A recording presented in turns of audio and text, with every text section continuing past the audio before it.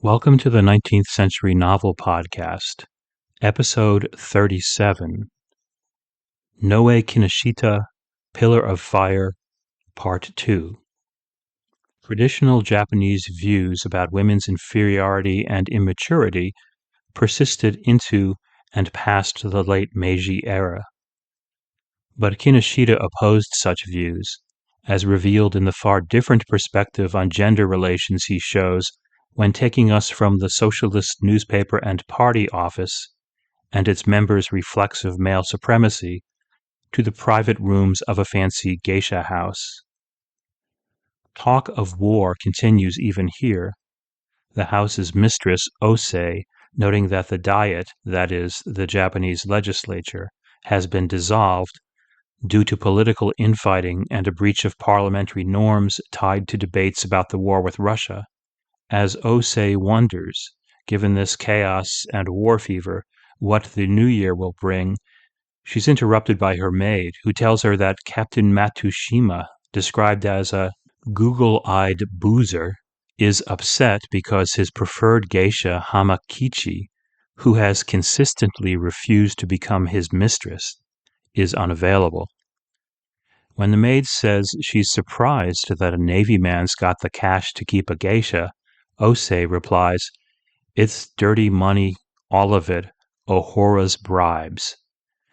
In other words, Yamaki's brother-in-law and the Yumika Matsushima go-between has been paying off and conspiring with the captain to profit from the massive military buildup.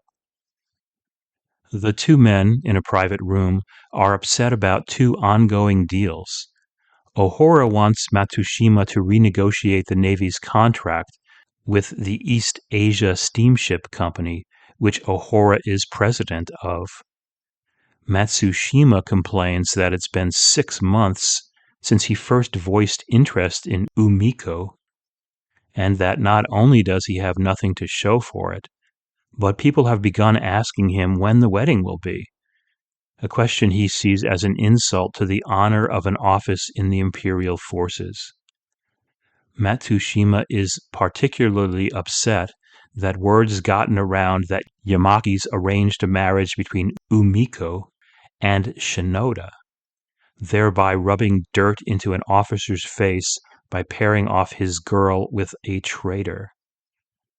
Ohora denies this charge, saying that even if his daughter wanted to marry Shinoda, her father wouldn't be so crazy as to take a socialist for a son-in-law.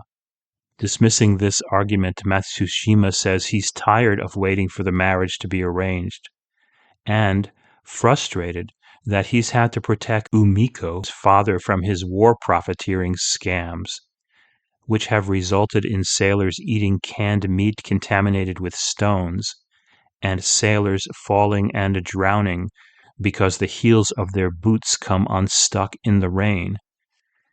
Kinoshita seems to be alluding to an actual scandal, as evidenced by Kotoku Shusui's assertion in his anti-imperialist Monster of the 20th Century that millionaires make donations of money to support soldiers on the war front, but on the other hand, they sell them canned goods tainted with sand. While military leaders exhort the soldiers to sacrifice their lives on the battlefield, they regularly receive bribes from merchants. This is what they dare to dub patriotism. Matsushima has had to wait for the geisha Hanakichi because she's attending a farewell party for a group of journalists about to leave on a trip to the West.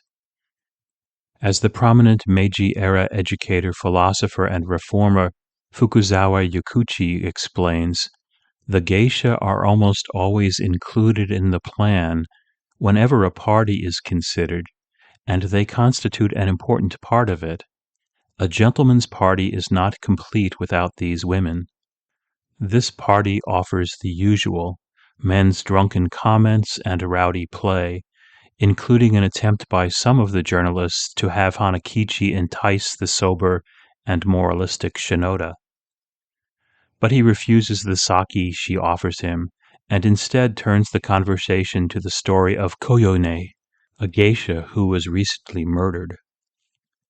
The murderer, Kanekichi, Shinoda asserts, was a morally upright man who worked in a shipyard, didn't drink or run after women, and frequently lent his friends money.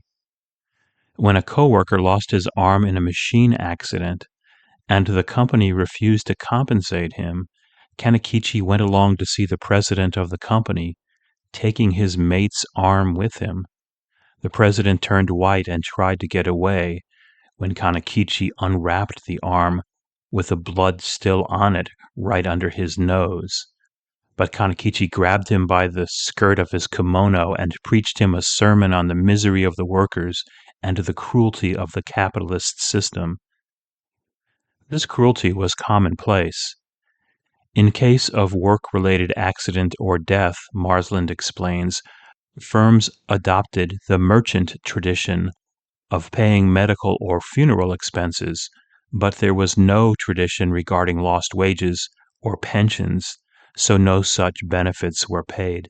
Kanekichi and Koyone were intended for each other from childhood. But Koyone's mother, realizing how little her daughter would profit as wife of a factory worker, without any regard for the girl's feelings, sent her off to work as a geisha. This episode should remind us of the earlier story of the fired factory worker who in desperation sold his 9-year-old daughter to a geisha house. Young girls were valuable commodities that could be contracted out to geisha houses. Although the Meiji government instituted some reforms, writes Kazuhiro Ohara, history professor at Seinan Gakuin University, the authorities made little effort to abolish brothel quarters or stop poor parents from sending daughters to brothels in exchange for loans. So male customers continued to buy the services of women in licensed brothel quarters. That's exactly what happened to Koyone. Her mother's greed forced her into it, and she herself was too gentle and obedient to go against her own mother. A 9-year-old girl wouldn't customarily be forced to have sexual relations with the geisha house's male customers. Instead, she'd work in the house, learning the ways of the geisha, and perhaps serving as a kamuro, that is, a page or attendant for an individual geisha, until reaching age 13 or thereabouts, when she would begin to service male clients. In The Nightless City of the Geisha, published in 1906, J.E. de Becker, who served the Japanese government in complicated foreign judicial matters, explains that the keeper of the brothel watched the behavior and disposition of all the kamuro in his houses, and if any promised to become famous courtesans, he had them instructed in every branch of deportment. On the other hand, girls who gave no promise of turning out well in the business were left without any education whatever, became household drudges, and ended their days in dismal ignorance. In her novella Child's Play, Higuchi Ichiyo describes the artfulness her protagonist learns from observing her sister, a famous geisha. In her eyes, men were not such fearsome things. To her, it was all a game. She knew about the charms and tricks the girls would use, simpering to summon men they longed for. She knew the secret signals they would use to give their guests a parting pat. She had mastered the special language of the quarter, and she didn't feel the least embarrassed when she used it. While Kinoshita's novel and Ichiyo's novella accurately depict the sexual exploitation of young girls in the Meiji era, there were attempts to reform this abusive system. As Northwestern University history professor Amy Stanley notes, Meiji intellectuals, many of whom were influenced by European and American sexual mores, disparaged prostitutes and all promiscuous women as impure. Proponents of civilization and enlightenment, such as Fukuzawa Yukichi and Mori Aranori, promoted the idea that monogamous marriage was the only moral form of sexual interaction between men and women. They differed in their tolerance of men's extramarital exploits, but they agreed that women were irrevocably tainted by promiscuity. Fukazawa Yukichi argued for gender equality, a belief that contradicted centuries of Confucianist teachings about female weakness and inferiority. It is an irrefutable fact that men and women do not differ in their body structures and in the workings of their minds, and that they are equal beings. He regretted that women were not given the chance to use their abilities since, he wrote, "There is nothing in men's activities that women cannot do." And Fukazawa strongly condemned the loose and wanton conduct of gentlemen, scholars, and business experts fit to be in politics, who drown themselves in wine and women in the gay quarters, and make their concubines the subject of their boasting, and at public gatherings too. Fukazawa's and others' objections did have some concrete results. Kinoshita refers to one reform intended to help girls purchased by geisha houses, the geisha's charter, which declared that legally a girl has no obligation to repay a debt that's immoral, nor has the man who lent her money on those terms any right to demand it back. Therefore, Koyone should have been freed from her obligation to the geisha house. Unfortunately, she had become the object of desire of a nearly 70-year-old aristocrat. Her employer, writes Kinoshita, was in a panic at the merest hint of her leaving because he'd agreed to let Baron Kaneyama, whose ancestors were feudal princes before the Restoration, have her as his mistress, and her mother kept asking whether she meant to leave her old parent to suffer, as she certainly would if Koyone broke her contract without paying back the 1,000 yen the geisha house had bought her for.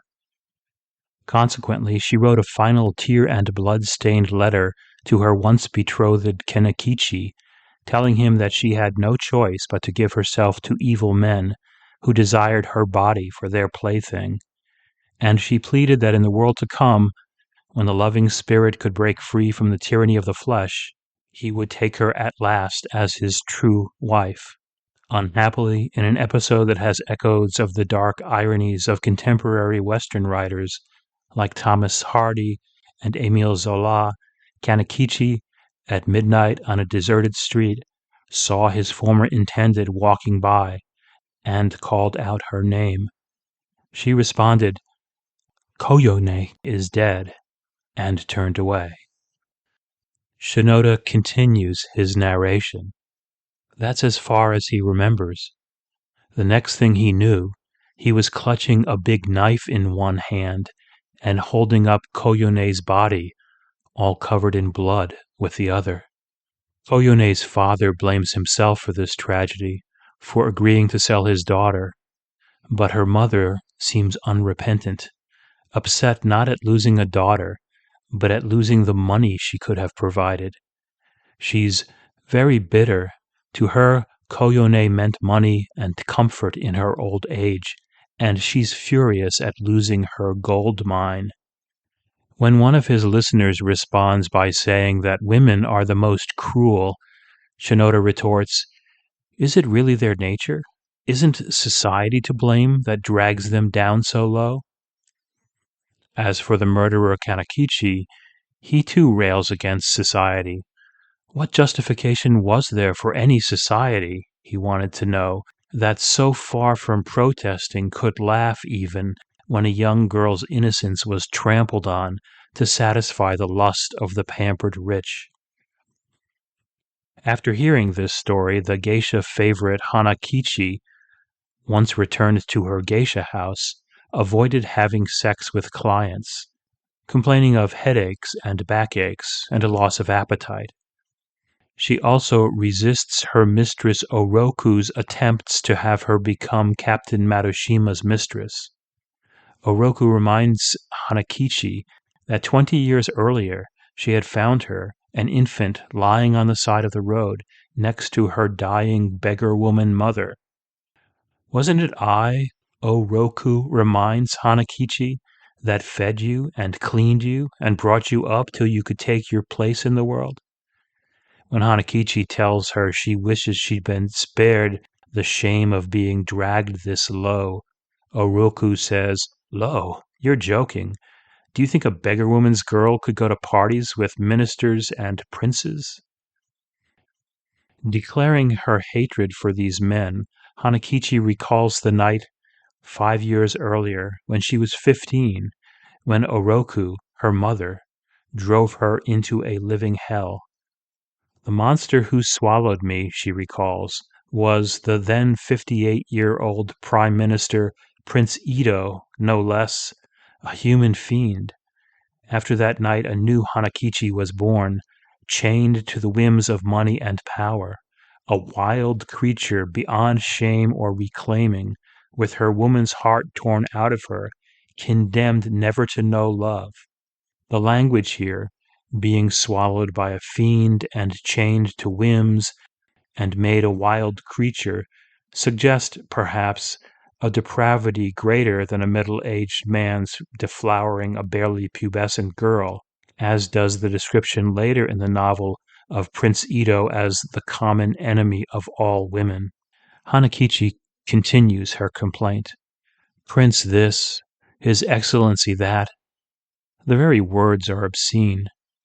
Think, the old lechers are even paid, and no one dares interfere with their dirty antics. But the ones who grovel before them, they're the worst idiots. What do their titles mean when the men themselves are such savages? This complaint resonates today in a Me Too culture which saw powerful older men sexually exploit young women with the knowing aid of their subordinates. Frustrated by Hanakichi's ingratitude, one such subordinate, O-Roku, says, "Maybe you'd better get yourself murdered like Koyone." Hanakichi retorts, "Don't you see, I've no one so true and loving as Kanekichi. No real man ever comes to the geisha houses. It's true, I envy Koyone." The scene ends when a pretty little girl of not more than 10 or 11 enters the room, looks at O-Roku and Hanakichi, then runs up the stairs, inducing Hanakichi's lament, 2 or 3 years she's got left, no more. That is, this girl will experience the same fate as Hanakichi upon reaching puberty, becoming the sexual plaything of much older and wealthier men.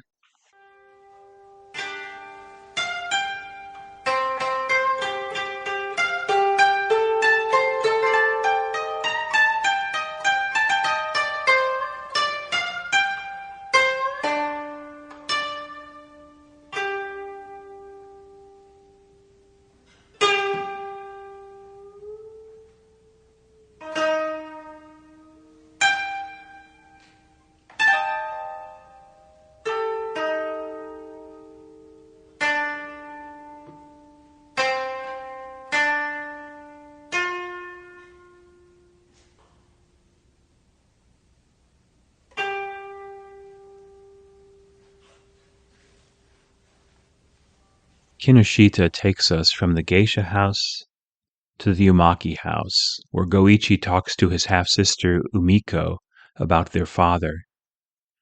He wasn't always like this, a groveling sycophant, Goichi explains. Didn't he leave the government because of the way the Satsuma and Chosu clansmen were grabbing all the power for themselves? Didn't he work for the Progressive Party, preaching equality and human rights? A fine record. And what does he think of it now? Nowadays, he licks their boots to get himself a share of the spoils, wallows in luxury he had no right to, and serves his masters in their dirty work by corrupting his old comrades. Their uncle Ohora is even worse, lust and greed personified, rolled together in a lump of fat. This corruption is so pervasive that Goichi even sees evidence of it at his school, where, he says, although the headmaster and the teachers know Yamaki and Ohora are pairs of crooks, they're all over me because they worship money. Goichi finds consolation in his sister's refusing Matsushima and the swinish life he leads, all on the dirty money the Navy contractors bribe him with. It's your money he's got an eye on, he reminds her, not on your education or the kind of person you are. And yet Goichi is upset with his stepsister for turning her back on marriage, trampling on love, covering it up with sermons on the glories of spinsterhood. He wishes she had the courage to start breaking up the clouds of antiquated prejudice, and urges her to fight it out and give a lead to millions of women who are no better than slaves. When Goichi suggests she's attracted to Shinoda, she tells him he's wrong. And even if true, it would be wrong to monopolize his love, to take him away from his earnest, selfless ministering to others. Her steadfast dislike of Matsushima notwithstanding, Umiko continues to be counseled to marry him. As the tension mounted between Japan and Russia, Kinoshita reports, so the voices pressing Umiko to accept Matsushima grew more urgent. As he pushes his daughter to marry, Yamaki can't help talking about Shinoda, alleging he's behind unionizing struggles at the Kyushu mine, saying Shinoda prophesied that it would be the miners, the poorest, the most despised of our workers, who would be the first to stand up for themselves. Yamaki believes Shinoda has timed this strike just when the price of coal is bound to jump when war breaks out. The most important assault on Shinoda's character, though, is the allegation that he's kidnapped a geisha, seduced her, and forced her to live with him.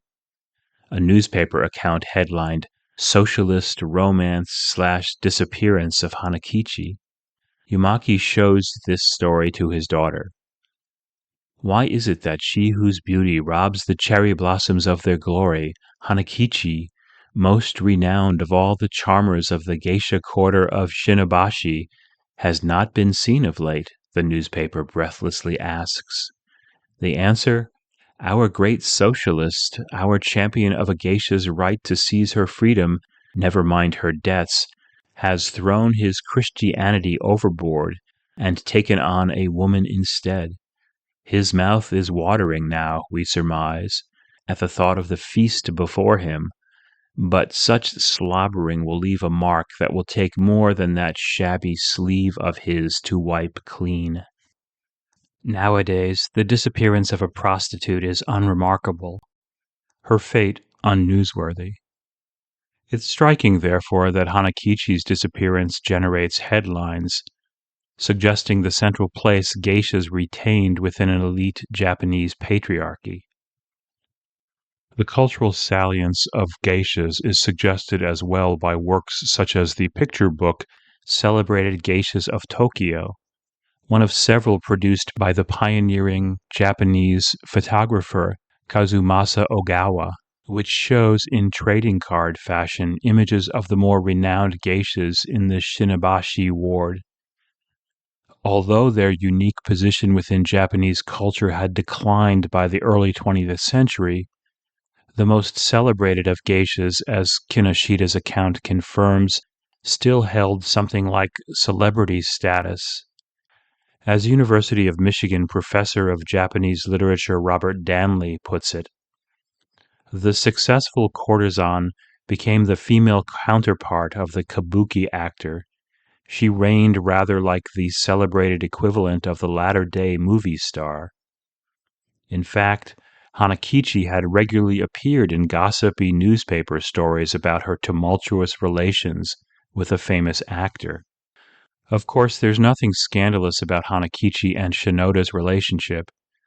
He's paid off her debt and freed her from life as a geisha, and he's paired her with the mother of Koyone's murderer, both to provide this mother with a surrogate child and to integrate Hanakichi into the life of an ordinary Japanese woman.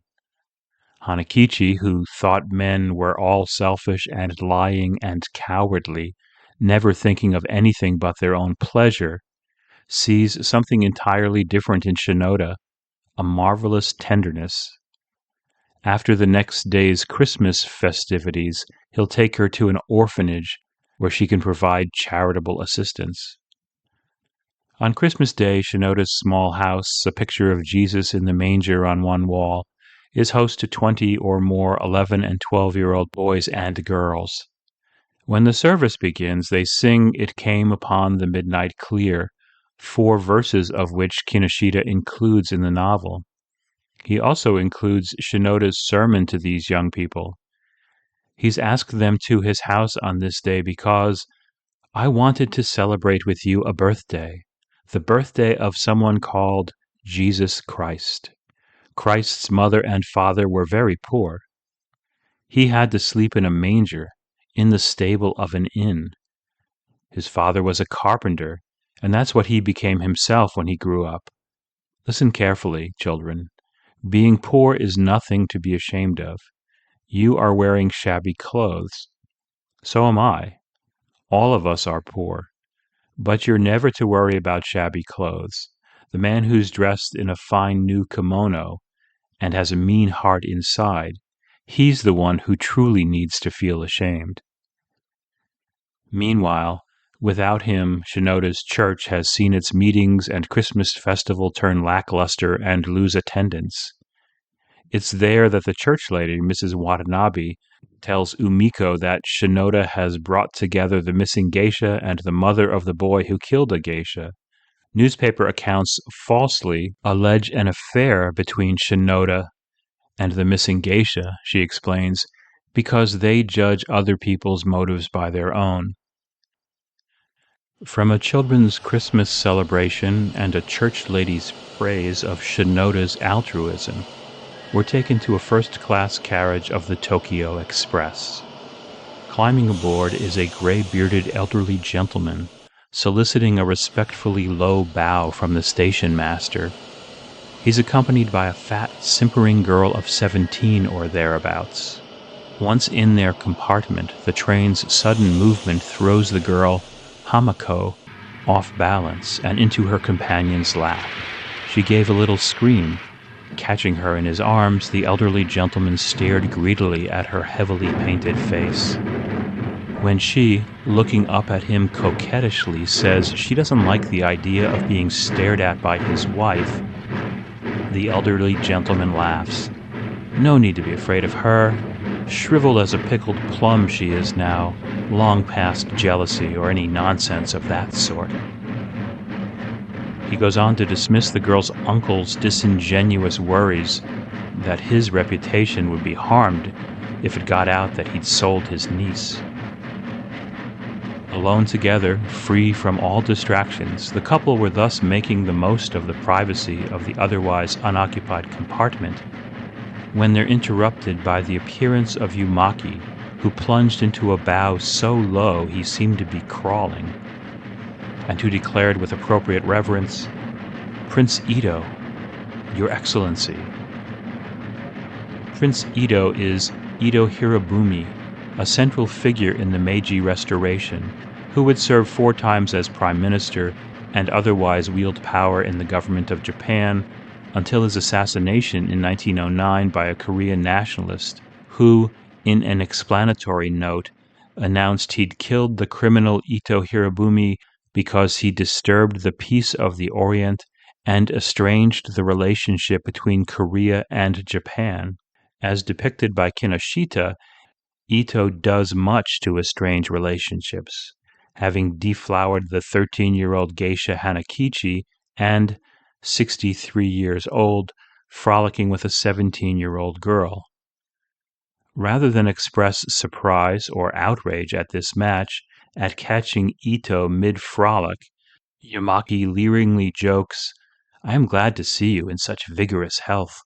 Although, as a professor of Japanese history assured me, Ito's fondness for young prostitutes is common knowledge in Japan, all I could find suggesting this behavior was an 1871 incident on a journey from Yokohama to the United States. Fighting the boredom of a long ocean voyage, writes Taki Kazuhiro, history professor at the International Research Center for Japanese Studies, Itō held a mock trial to chasten a mission attendant who had made advances to a young woman, one of the students on board who were going to study in the United States. Given Kinoshita's description of the prince's behavior, this incident suggests at best a flippant disregard for allegations of sexual misconduct with no correcting Meiji Me Too movement. But I couldn't find anything that confirmed Kinoshita's allegations. It wasn't until I was doing research for a forthcoming podcast episode, reading Dennis and Peggy Warner's History of the Russo-Japanese War, The Tide at Sunrise, that I came across the following, which seems to support Kinoshita's claims. Itō was an inordinate lover of beautiful women. When he became prime minister, his official residence was remarkable for the number of good-looking girls who found their way there. Even at the age of 65, when he was resident general in Korea, 4 20-year-old Japanese beauties competed for his favors. According to the Korea Review, the government's house was no different from a cheap house of assignation on the outskirts of town. This depiction notwithstanding, what's been written about Itō in English seems almost hagiographic, as indicated by the following book titles. Itō Hirobumi, Japan's first prime minister and father of the Meiji Constitution. The man who created modern Japan. A maker of New Japan, Marquis Itō's experience. In his novel, Kinoshita is more interested in Itō's sexual experiences than his professional life, more interested in his making love to a 17-year-old girl than his making a new Japan. This focus is due to Kinoshita's Christian moralizing and his commitment to women's rights. But we might also suspect that for Kinoshita, the personal and the political are aligned. A man who buys a 17-year-old girl would likely have few misgivings about the impact his policies might have upon the poor and the powerless, other than how they affect his own position. In their railway coach, Yamaki has intruded upon the prince's privacy to seek help with his labor problems, but Ito's mind was too busy with the curving shoulders of the girl who is now sitting with her back to him to have any room for the miners of faraway Kyushu. Nonetheless, Yamaki continues to make his plea, worrying about the socialists who are getting stronger and stronger and presenting threats to every business in the country, noting too that the workers will be holding a huge rally in Tokyo. There's no telling what such a mob of half-starving thugs mayn't get up to, he warns. That venomous newspaper of theirs, if you can call it a newspaper, could easily stir up the riffraff in the slums who are too stupid to know any better. Itō has given little attention to Yamaki's ravings, until mention of the newspaper and its editor Shinoda, a vicious scoundrel who does his best to smear me along with the rest of you. Private life and public life are all the same to that dirty pen of his, says the prince while leering at the 17-year-old Hamako. This passage is richly ironic. The prince complains about the fictional Shinoda smearing him by writing about his public and private life in his newspaper, just as Kinoshita is doing, writing about the aged, lecherous Itō in a novel being serially published in a newspaper. The 17-year-old Hamako implores Itō to punish the paper because of the nasty things it said about her. Her request reminds Itō of how, on his constitutional study mission to Europe in 1882, he had seen the ways Bismarck dealt with his socialists. Kinoshita doesn't identify what actions Itō recalls. I assume he's referring to the anti-socialist bill passed in 1878, whose provisions Vernon Lidke, professor emeritus in history at Johns Hopkins University, identifies. It empowered the state and local governments to abolish societies and social democratic, socialistic, or communist tendencies, to dissolve meetings where such tendencies were evident, and to prohibit the publication and distribution of social democratic newspapers, periodicals and books. Fines and imprisonment were to be meted out to all who violated these decrees. These provisions were in force, suppressing socialist politics when Itō was in Germany. As Lidke explains, during the early 80s, the authorities throughout Germany implemented the socialist law with relentless severity, making it impossible for the Social Democrats to assemble in an atmosphere that permitted unrestrained debate. Prince Itō seems to be in agreement with Yamaki about the need to more aggressively repress the socialists. But just then they're interrupted by the appearance of Captain Matsushima. With his arrival, the conversation shifts to Umiko's marriage. Yamaki assures the prince that the plan to marry his daughter to the captain is ongoing, while Matsushima alleges that Umiko is engaged to marry that notable figure in the Japan Socialist Party, anarchist-in-chief, and editor of the Fellowship Daily, Choji Shinoda. Yamaki forcefully denies this accusation, explaining that Shinoda sends 2 or 3 of his henchmen to inflame a mob of ignorant miners. No one takes his anti-war bombast seriously, so he decides to cut off the country's supply of coal. Criminal, traitor, there's no name bad enough for him. How could I give my daughter to such a man? Yamaki goes on. He and his gang are in correspondence with the Russian nihilists, I am told, and they've been going to the Orthodox cathedral since we turned them out of the church. The police are keeping a careful watch on them in case they turn out to be Russian spies. Prince Itō offers a solution to the disagreement between father and suitor. He will serve as marital go-between, laughingly commenting, Matsushima versus Shinoda. Socialism versus imperialism, in other words. And he tells Matsushima he'll have to behave himself if he wants to marry this paragon of looks and learning. Itō also asks Matsushima if he had purchased the geisha Hanakichi's freedom. An embarrassed Matsushima says, no, this is another of Shinoda's doings, which causes Itō to respond, that's what they call self-emancipation for the geisha, just like those socialists. He reminds Matsushima that, as we've already learned, he had made Hanakichi his concubine, and he mocks Yamaki for stealing a little geisha from him when she was still in bud, which was a vile crime if ever there was one. A compelling indictment of male sexual behavior, the vile crime to these men isn't that an old man is paying to have sex with a barely pubescent girl, someone still in bud. It's that one man stole this girl from another.